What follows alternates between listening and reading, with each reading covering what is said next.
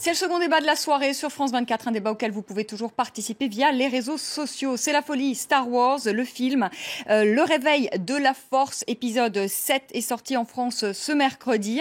Aux États-Unis, le film sortira vendredi et c'est l'engouement donc pour cette saga commencée en 1977 sous l'impulsion de George Lucas. Près de 40 ans après, qu'est devenu Star Wars? Pourquoi une telle folie? Eh bien, on en parle avec nos invités ce soir, avec vous, Thomas Snegarov. Bonsoir. Bonsoir. Vous êtes historien, directeur de recherche associé à l'IRIS, l'Institut des relations internationales et stratégiques, spécialiste des États-Unis et auteur de cet ouvrage, Je suis ton père, la saga Star Wars, l'Amérique et ses démons, que l'on voit ici à l'image, et c'est aux éditions Naïve. Et on peut vous écouter tous les jours sur France Info, c'est à 8h53. Renan Cros, bonsoir. Bonsoir. Vous êtes enseignant en cinéma à l'Université de Paris Diderot et journaliste critique à Cinéma Teaser. Avant de commencer ce débat, tout de suite, la bande-annonce de Star Wars.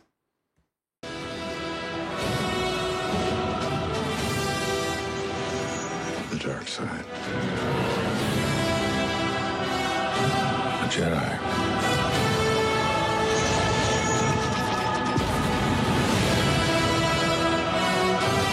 They're real.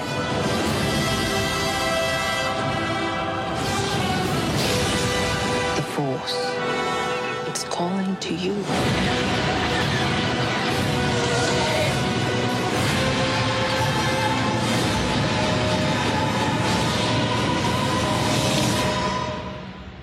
Just let it in.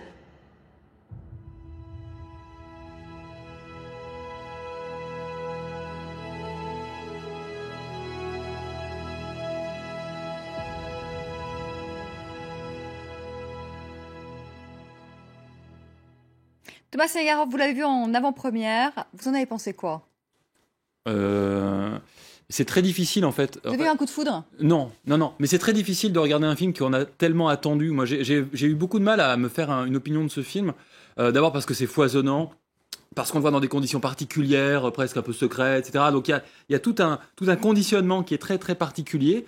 Après, moi je pense pas que ce soit l'un des meilleurs de la série. Et surtout, je suis sorti en me disant que on avait clos quelque chose avec les 6 épisodes précédents, que c'était terminé pour moi et qu'il se passait, que c'était maintenant quelque chose d'autre. Faut dire, le créateur a disparu. Hein, c'est comme si on imaginait, je sais pas, une œuvre musicale par exemple. C'est quelqu'un d'autre qui le fait. Alors bien sûr, il y a des codes, il y a des tas de choses qui ressemblent, mais c'est pour moi ça m'a rassuré d'une certaine manière. Enfin, c'est-à-dire que les 6 premiers, la trilogie et la prélogie, forment une œuvre achevée, une œuvre conclue. Et ça, déjà, m'a plu. Après, sur celui-ci, je suis plus mesuré quand même. Hein. Il y a des choses qui me déplaisent. Je trouve que c'est moins profond que l'œuvre de Lucas. Et peut-être plus universel, mais moins profond. Voilà. Je suis bien plus enthousiaste en fait. Moi je suis pas Star Warsophile au départ, donc j'y vais un peu avec du bout des doigts en me disant bon, on verra ce que c'est. Je trouve le film absolument génial en fait. C'est-à-dire que tout d'un coup, pendant des mois et des mois, la presse, on nous a demandé de ne pas parler du film, et puis tout d'un coup on voit le film et en fait c'est exactement ce que ça doit être. C'est-à-dire que le plaisir que le public a en salle, honnêtement dans la salle hier, il y avait un vrai plaisir dans la salle de voir le film. Après, je trouve que le film, il est brillant dans sa contemporanéité. C'est-à-dire que ce qu'il raconte de l'époque d'aujourd'hui, c'est vraiment un film de 2015. Ce qui est pour moi extrêmement brillant, et de la part de J.J. Abrams et de Disney, de faire un film qui ravive une vraie nostalgie et qui pourtant parle d'aujourd'hui. Pour moi, le film fait un sans faute quasi complet. Mais c'est marrant parce que vous dites... c'est ce qu'on attendait, c'est ça qui me dérange en fait. C'est-à-dire que je pense que moi j'étais trop jeune, mais ceux qui ont découvert en 77 la Guerre des Étoiles n'attendaient rien en fait. Et il y avait une sorte de sidération face à ça. Or là, effectivement, moi j'étais, en fait, à part une ou deux histoires, mais qu'on va pas raconter, mais j'ai pas été perturbé, en fait. Et j'avais envie d'être perturbé. Et j'étais persuadé que les grands thèmes, tout le monde le dit, hein, qu'une femme serait le personnage principal. Si c'est ça, l'importance et la contemporanéité de l'œuvre, c'est un peu dommage. Je trouve que, précisément, les 2 précédents, ils étaient très contemporains et racontaient une chose de l'Amérique à un moment très précis, mais il visait aussi à autre chose. Et cette autre chose, on ne l'attendait pas. La question de la filiation, c'était quelque chose qui était inattendu. En tout cas, à ce moment-là, dans l'histoire du cinéma. Là, je trouve qu'il nous perturbe pas assez. Moi, il me perturbe pas assez, ce film. Je suis pas... Alors, c'est difficile de parler du film parce qu'on ne va pas spoiler au public, donc c'est parler sans en parler. En même temps, je trouve qu'en 77, effectivement, le public est surpris. On peut plus surprendre le public aujourd'hui parce que Star Wars a lancé un type de cinéma qui est devenu du cinéma mainstream, du cinéma majeur. C'est-à-dire qu'aujourd'hui, des blockbusters, il y en a à peu près tous les 6 mois. Donc, comment surprendre un public qui finalement connaît tout déjà? Ça, J.J. Abrams le met de côté. Ce qui l'intéresse au contraire, c'est le réinvestissement de la mythologie. C'est-à-dire à quel moment on peut redonner un grand film au spectateur. Et c'est vraiment ce que c'est. Oui, mais- C'est-à-dire que c'est un grand film dans tout ce que ça peut avoir de profondément positif aussi. C'est un film qui questionne la question du bien et du mal, comme tout a toujours été Star Wars. Oui. Sauf que c'est traité avec quelque chose qui me semble être beaucoup plus actuel. C'est-à-dire qu'on ne peut pas s'empêcher, et ce qui a toujours été la force de Star Wars, de s'empêcher de penser à aujourd'hui. C'est-à-dire que ça se passe dans une galaxie très très lointaine, et en même temps, on a l'impression que ce que vivent les personnages. Finalement, ce sont des thématiques Oui, thématiques finalement de notre époque qui sont développées dans un film de Mais- science-fiction. Oui, C'est toujours le cas de la science-fiction. La science-fiction, elle nous parle toujours à nous aujourd'hui. Après, la différence, c'est que Lucas aussi allait chercher, allait réinventer des choses. Il réinventait la mythologie, il réinventait la science-fiction des années 50, il réinventait Flash Gordon. bien sûr. Mais tout à coup, imprimé sur la pellicule, c'était quelque chose de totalement nouveau. Sauf Et qu'on le peut problème, plus faire de nouveau avec ça. mais pourquoi on peut plus? Parce qu'il n'y a plus d'imaginaire à Hollywood, j'ai l'impression. Abrams, il est sympa, mais il est scotché sur une fascination des années 80 et il regarde ça comme un totem. Et j'ai l'impression qu'il ose plus y toucher. Je suis pas complètement d'accord parce que pour le coup, le film, donc il y a eu cette première trilogie et cette deuxième trilogie qui a été une sorte de défaite des fans. C'est-à-dire que vraiment, George Lucas aurait sacrifié Star Wars. Je suis pas complètement d'accord avec Non, ça, non mais, plus. mais en gros, ce qui est intéressant avec ces trois trilogies, parce qu'on va considérer que c'est une nouvelle trilogie Mm. qui naît, c'est qu'elles correspondent à leurs époques. C'est-à-dire que quand vous voyez la première trilogie, c'est vraiment les années 70 vers les années 80. La prélogie, c'est les années 2000, c'est le tout numérique, c'est la question de la génétique. Et aujourd'hui, comment faire une trilogie, comment raconter? Eh bien, on se pose la question du mythe, de l'héritage, de la manière dont on peut réinvestir le positif. Ça, c'est vrai, mais ça, c'est exactement la thématique de la première trilogie. Pour Bien moi, sûr. c'est un formidable remake de la trilogie de 77-80. Ce qui aussi nous en dit long, ça c'est vrai, sur le regard aujourd'hui des États-Unis sur les années 80. Bien sûr. Regardez la campagne de Trump, c'est de redevenir Ronald Reagan. Il y a une fascination pour les années 80 qu'on retrouve. Alors en effet, à nouveau, la Guerre des Étoiles nous dit des choses sur l'Amérique d'aujourd'hui, sur ses fascinations, sur ses craintes, sur ses angoisses. Mais moi, je suis un peu déçu qu'elle regarde que derrière et Bah pas alors assez justement, devant. que dit la guerre des étoiles? Que dit Star Wars justement sur l'Amérique? Bah, elle raconte une histoire d'une nation en permanence inquiète à l'idée de basculer dans l'impérialisme. C'est propre à l'histoire américaine elle-même. C'est-à-dire qu'on a beaucoup dit à un moment donné que le mal, c'était le nazisme ou le stalinisme. En fait, non, c'est les États-Unis. D'ailleurs, quand on regarde bien l'histoire, ça vient de la République qui elle-même se transforme. Et c'est la crainte permanente, effectivement, de devenir un empire par l'usage de la rhétorique de la peur. Et ça, George Lucas, gamin des années 50, c'est aussi un enfant du macartisme, par exemple. Mais c'est aussi la question de l'affiliation, de l'ordre familial. Je crois que Star Wars a toujours été, selon moi, une saga réactionnaire d'un point de vue des mœurs. Là, c'est peut-être la nouveauté. C'est-à-dire Ouais, qu'effectivement, là, on a une bascule. Dans l'Amérique de Donald Trump aujourd'hui, avoir pour personnages principaux un acteur noir américain, John Boyega, qui est plutôt anglais même américain, avoir une femme qui est vraiment un personnage très fort et très puissant, et avoir Oscar Isaac, qui est un acteur issu de l'immigration américaine, dans l'Amérique de Donald Trump, c'est quand même un espèce de coup de semonce de la part de Disney, de dire, regardez comme les nouveaux héros sont le reflet de cette nouvelle Amérique. Ce que n'était pas d'ailleurs les films des années 70, où justement la question des minorités était traitée de manière très très périphérique Oui. par George Lucas. D'ailleurs, c'est plutôt l'Amérique d'Obama, en fait. Oui. L'Amérique de Trump, heureusement. Oui, c'est d'ailleurs. l'anti, mais Voilà, c'est l'anti. c'est l'anti. C'est l'Amérique, effectivement. Encore une fois, ça raconte une histoire et peut-être une évolution. Alors, je ne parle pas forcément d'Hillary Clinton qui deviendrait présidente, mais c'est effectivement une société américaine où les femmes prennent le pouvoir. et en tout cas, c'est mis en avant. Alors que les filles, dans les deux précédents, étaient quand même des personnages secondaires, forts, mais secondaires. Leia n'avait pas le droit de s'appeler Skywalker, par exemple. Ouais, donc il y a une vraie évolution aussi avec la société d'aujourd'hui, mais peut-être oui, plus bien sûr. largement pas qu'avec la société américaine, avec la société Bah, aussi oui. mondiale, j'ai Bah, envie de c'est dire ça. universelle, Oui. qui fait qu'il y a un engouement d'ailleurs à travers toute la planète. Parce que Oui. c'est pas qu'aux États-Unis cet Vous avez engouement, on raison. l'a vu aujourd'hui en Europe. Et je pense que cette saga, Ailleurs. elle est en train, même si elle parle encore de l'Amérique, elle s'universalise. Se globalise. Ouais, elle se globalise en fait, comme les États-Unis. Elle est moins nationale. C'est-à-dire que 77, c'est vraiment la guerre du Vietnam, le Watergate. Il y a des choses très américaines. La guerre civile, on pense qu'à la guerre. Là, il y a plus ces mots-là. Je veux dire, on n'est plus là-dedans. D'ailleurs, on parle de résistants. Les Oui, choses ont exactement. changé. Ça s'universalise vraiment, à mon avis. D'ailleurs, les références au nazisme sont plus fortes aussi qu'elles Bien n'étaient. sûr. On parle de résistance dans le Voilà. film, qui est une espèce de concept flou. Alors qu'avant de c'était les population. rebelles, c'était un Ouais. peu différent. Et donc je trouve qu'on a quitté, mais ça c'est aussi le propre aussi de Disney, qui veut aussi en faire un produit global. Et c'est ça qui peut-être en tant qu'historien des États-Unis, qui me déçoit, qui m'attriste un peu, c'est qu'on est sorti vraiment de la tête de George Lucas. Je pense vraiment que George Lucas est un cinéaste hyper américain, Bien qui a- sûr. American Graffiti. voilà, exactement, qui raconte une histoire de l'Amérique tout le temps. Et puis on en est sorti. Bon bah voilà, ça raconte une autre histoire, une autre génération. Le flambeau et le sabre passent Oui. de génération en génération. Le film en plus passe son temps à se mettre en scène, à vous Oui, raconter c'est ça. la manière dont il se fait. C'est-à-dire c'est une histoire de transmission, d'héritage, c'est la question des Et mythes. finalement, ça parle à tout le monde. Bah, Ce sont des types. Il y a le mythe oedipien, il y a Exactement. le mythe de la transmission, l'héritage. Ce sont des thématiques finalement qui parlent à tout Mais le qu'on monde. a déjà, aussi. mais alors oui, On connaît. mais qu'on a déjà vu dans la première trilogie. C'est vraiment, voilà, il décale les choses générationnellement, il universalise un peu davantage le discours. Mais au fond, Lucas soit il est en colère parce qu'il a l'impression qu'on lui a plagié ses idées, soit il est pas trop déçu parce que finalement c'est son projet qui est film absolument. hommage, en fait. Ah ouais, c'est un film. Voilà, c'est un peu le souci à Hollywood aujourd'hui. Voilà. Vous aviez un film cet été qui s'appelait Jurassic World, qui était une sorte d'hommage C'est ça. à Jurassic Park. Celui-ci s'en rapproche, sauf que Jurassic World avait un côté beaucoup plus restreint dans sa manière de penser le mythe. Là, il y a vraiment cette idée de, en permanence, vous voyez le film, comme un film palimpseste qui se réécrit sur le précédent.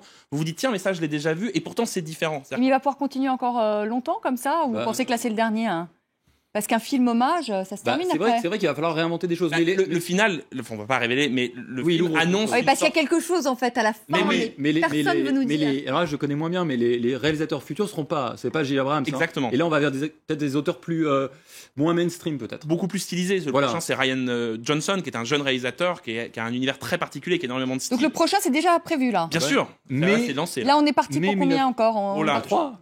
Pour 3, ouais. Donc on va repartir encore là la une trilogie, puis entre les deux des épisodes. Voilà, un donc peu en fait, sur ça ne s'arrêtera plus. Des spin-offs. Ça va devenir un univers qui va se répandre. C'est vraiment ça l'idée en tout cas. Le prochain sort en mai 2017. C'est pas dans 2 ans, c'est volontairement un peu moins. C'était pile les 40 ans de la sortie de 1977. On n'en sort jamais de l'hommage et de la commémoration. Mais ils veulent quand même en sortir. Parce que je sais pas si vous avez remarqué, on dit tous épisode 7, mais il s'appelle pas l'épisode 7. Il y a écrit 7 nulle part. Il a un titre. Et il y a écrit l'épisode 7 au début, je crois, du générique défilant. Ah, à vérifier. Parce que moi j'avais l'impression, et on m'avait dit, et ça m'étonnerait pas, en tout cas, qu'on veut sortir de ça, un peu comme James Bond. Au bout d'un moment, bah voilà, c'est une espèce d'un nouveau qui sort, et puis on n'est pas tenu forcément par cette histoire. C'est dommage d'ailleurs parce que c'est aussi une histoire. Donc là, il va y en avoir encore, y avoir plusieurs sagas. Au moins deux, vous dites. Mais pourquoi il s'arrêterait enfin. Oui, c'est raison parce que ça rapporte beaucoup d'argent, ça aussi, il faut le dire. Ronan Crowe, c'est beaucoup d'argent. Ça a été racheté quand même par Disney. Évidemment que quand Disney a racheté Lucas, tout le monde s'est dit que Mickey allait avaler Luke Skywalker. C'est plus complexe que ça. Oui. C'est beaucoup plus complexe que ça et beaucoup moins finalement diabolique que ça. C'est-à-dire que finalement, Disney avait déjà intégré Star Wars dans son univers. Il s'agissait plus finalement d'une sorte d'accord légal. Dans les parcs d'attractions, il y avait depuis très longtemps des activités. Exactement. En fait, Disney et Star Wars, Disney et Lucas, même Disney et Spielberg, c'est une sorte de continuité parce que ces gens comme Lucas et Spielberg ont été baignés par les films de Walt Disney, parce que Disney a apporté dans le cinéma. Donc c'est une espèce de juste retour des choses. Est-ce que le film est pour le coup mangé par l'aspect mercantile de Disney? Oui, le marketing est très invasif. Oui, vous ne pouvez pas passer à côté de Star Wars. Et en même temps, c'est un tel événement. La joie du public, on va pouvoir croiser des gens en salle là. Le public est tellement, ça fait tellement de bien de voir des gens heureux d'aller voir un film. Il y a quelque chose d'un peu salvateur, d'un peu salutaire. On a le droit de ne pas aimer ça. Je trouve mais ça fait du bien. Ça fait du bien. Les gens sont heureux de voir un film qui en plus les prend pas trop pour des cons, moi je trouve. Oui. Qui répond à une promesse. Et puis, c'est vrai aussi qu'il ne faut jamais oublier, d'abord que Disney a refusé la première trilogie, c'était un dommage pour eux, mais ils l'ont fait repasser plus tard. 4 milliards de dollars, ils ont payé à Lucasfilm, mais c'est pas que la Garde d'étoiles, c'est aussi Indiana Jones dans le package. Donc ça, il y a pas mal de valeurs. Et il y aura des Indiana Jones qui vont sortir, rassurez-vous. Et puis surtout, en 76, Lucas discute avec John Milius, son copain, et lui dit, je veux faire un Disney. Voilà, c'est le projet. Un Disney coûte 10 millions de dollars, en rapporte 16. Donc...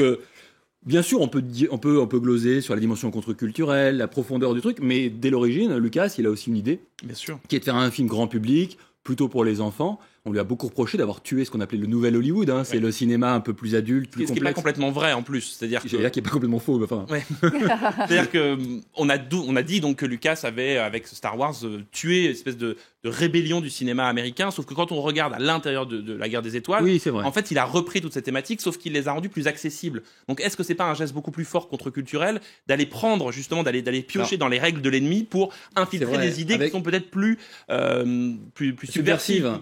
Avec une nuance quand même, c'est que il a quand même reposé, même si c'est plus complexe dans la saga, le bien et le mal, sauf qu'il a ensuite été dépossédé de son œuvre par l'administration Reagan et par le cinéma hollywoodien bodybuildé des années 80, qui ont repris le cadre bien mal, mais sans la complexité d'un Lucas où le bien fait partie du mal et c'est la transmission qui compte.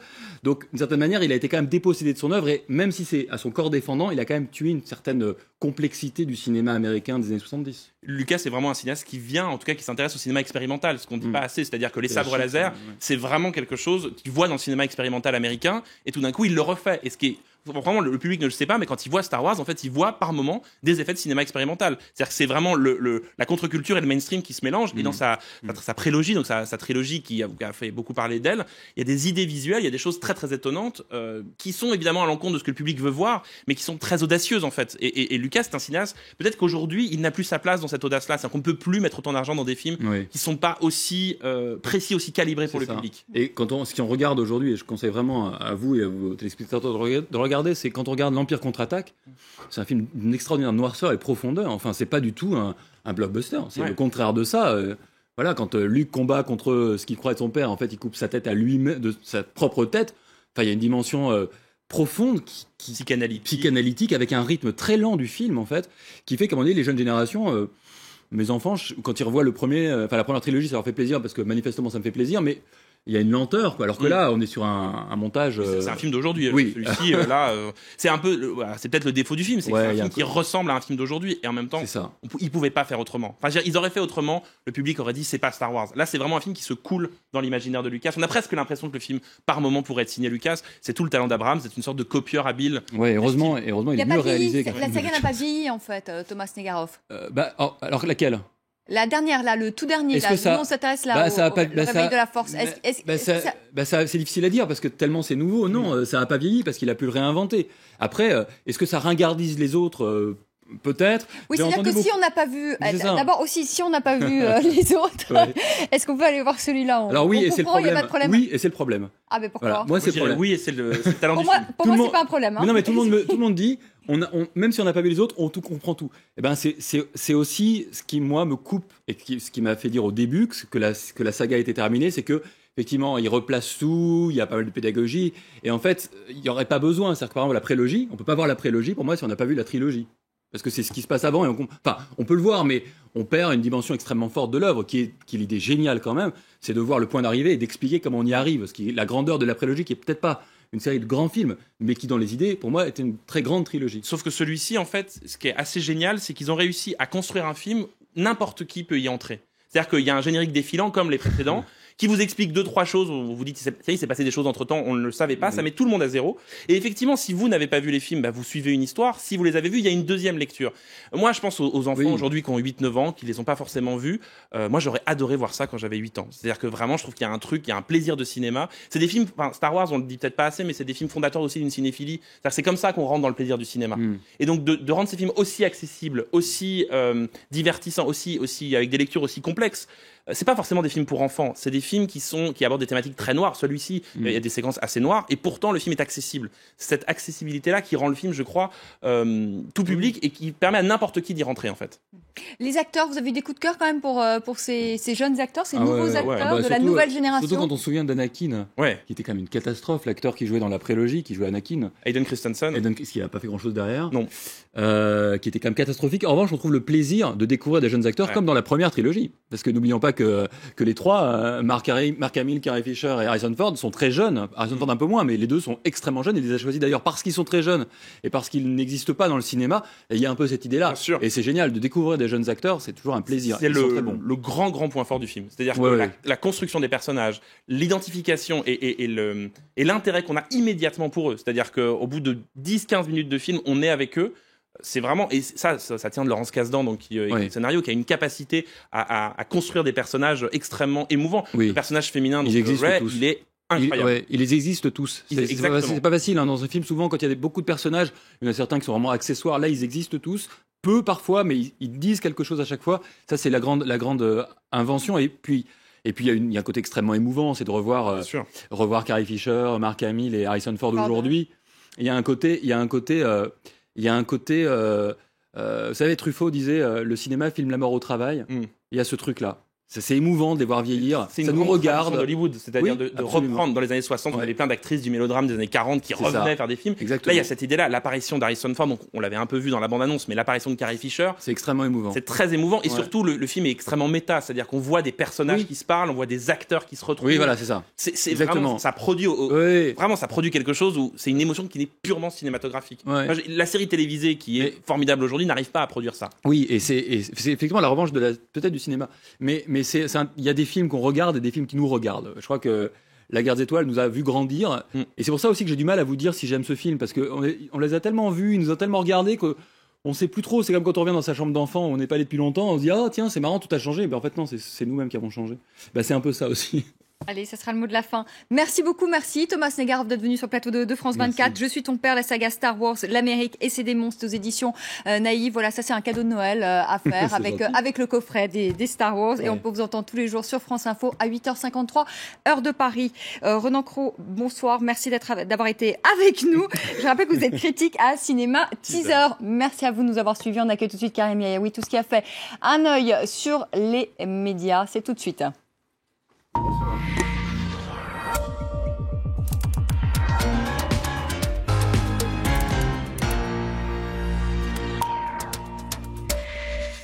Bonsoir Karim, et on revient sur ces négociations qui ont lieu à Rabat au Maroc pour tenter de trouver un accord entre les deux parlements rivaux en Libye, celui de Tobrouk et celui de Tripoli. Alors oui, on commence avec l'actualité internationale et c'est vrai que la situation en Libye est préoccupante et le site du Figaro rappelle que la France le signale déjà depuis de longs mois. Jean-Yves Le Drian a alerté la communauté internationale sur cette hypothèse d'une jonction entre les groupes terroristes du Proche-Orient et ceux de l'Afrique sahélienne. Alors aujourd'hui, on met la pression pour que ceux qui ont beaucoup de mal à s'entendre en Libye parviennent à un accord. L'organisation État islamique est déjà présente, c'est ce que rappelle le site de Jeune Afrique, notamment du côté de Sirte, l'ancien fief de Mouammar Kadhafi, une ville qui a compté à une époque 75 000 habitants, il n'en resterait que 10 à 15 000. Ici, l'organisation État islamique fait régner la terreur, nous raconte cet article. Et on évoque aussi le fait que l'organisation État islamique elle-même reconnaît la très grande valeur stratégique de la Libye. Le site du Figaro, lui, évoque justement cette nécessité de signer un plan de façon urgente. Sur les réseaux sociaux, on a vu un certain nombre de politiques, notamment Harlem Désir, expliquer que la division du pays fournit le terreau propice aux terroristes. La restauration de l'unité politique est une priorité absolue, selon lui. En tout cas, dans les jours qui viennent, on va observer de très près cette tentative de réconciliation politique entre ses frères ennemis libyens. Ça a suscité le scandale aujourd'hui, c'est ces diffusions sur Twitter de Marine Le Pen, justement des images de propagande de l'organisation de l'État islamique. Alors c'est vrai que ces images ont suscité beaucoup de réactions hostiles. Alors ce qui s'est passé, c'est assez simple. Elle était l'invitée de Jean-Jacques Bourdin qui, selon Marine Le Pen, a fait un parallèle entre Daesh et le Front National. Lui explique que ce n'est pas du tout ce qu'il a voulu dire. Il a tout simplement pointé du doigt une similitude, un repli identitaire aussi bien chez les électeurs du Front National que du côté du djihadisme français. Marine Le Pen ne l'a pas compris ainsi. En tout cas, elle a considéré qu'il faisait un parallèle et elle a publié des photos très trash sur son compte Twitter, des photos où elle a tout simplement rajouté cette annotation. Ça, c'est Daesh, une façon de dire que le Front National n'a strictement rien à voir. Mais en tout cas, ces images ont heurté la sensibilité de beaucoup. Ça a eu beaucoup de conséquences, des réactions politiques comme celle de Manuel Valls qui parle de photos monstrueuses. Il accuse Marine Le Pen d'être une incendiaire du débat public. Certains journalistes s'interrogent sur le fait qu'elle a bien du mal à maîtriser ses émotions. C'est peut-être inquiétant pour quelqu'un qui se prétend être un leader politique de premier rang.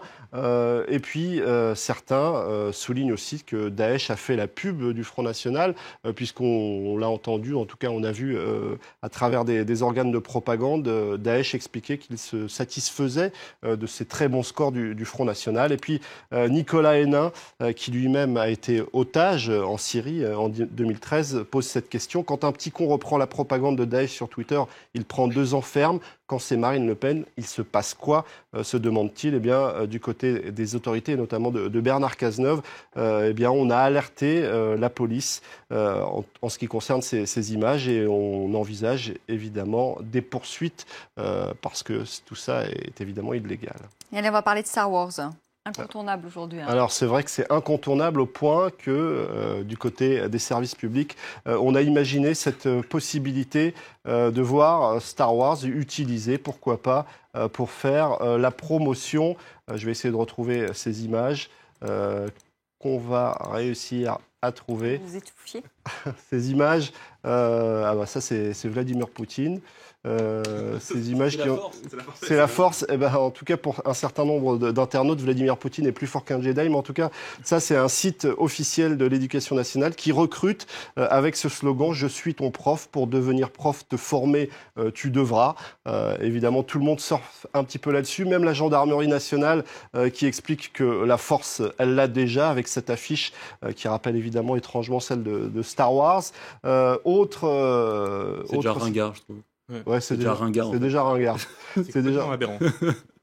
En tout cas, tout le monde y est allé de son petit truc. Même le site France Diplomatie avec cette image de Obi-Wan Kenobi qui est peut-être le Jedi le plus diplomate. En tout cas, on nous explique ici qu'on n'impose pas aux diplomates de porter la robe de bure.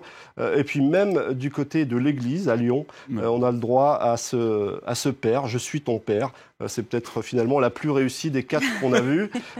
Et puis sur les réseaux sociaux, évidemment, on s'inquiète de se faire spoiler. Ils étaient nombreux à essayer de fermer les écoutilles, les oreilles. Moi qui tente d'esquiver les spoils de Star Wars cachés sous mon pull pour échapper à la moindre petite information. Alors il faut aussi souligner que les médias étaient un petit peu sous pression pour cette avant-première hier.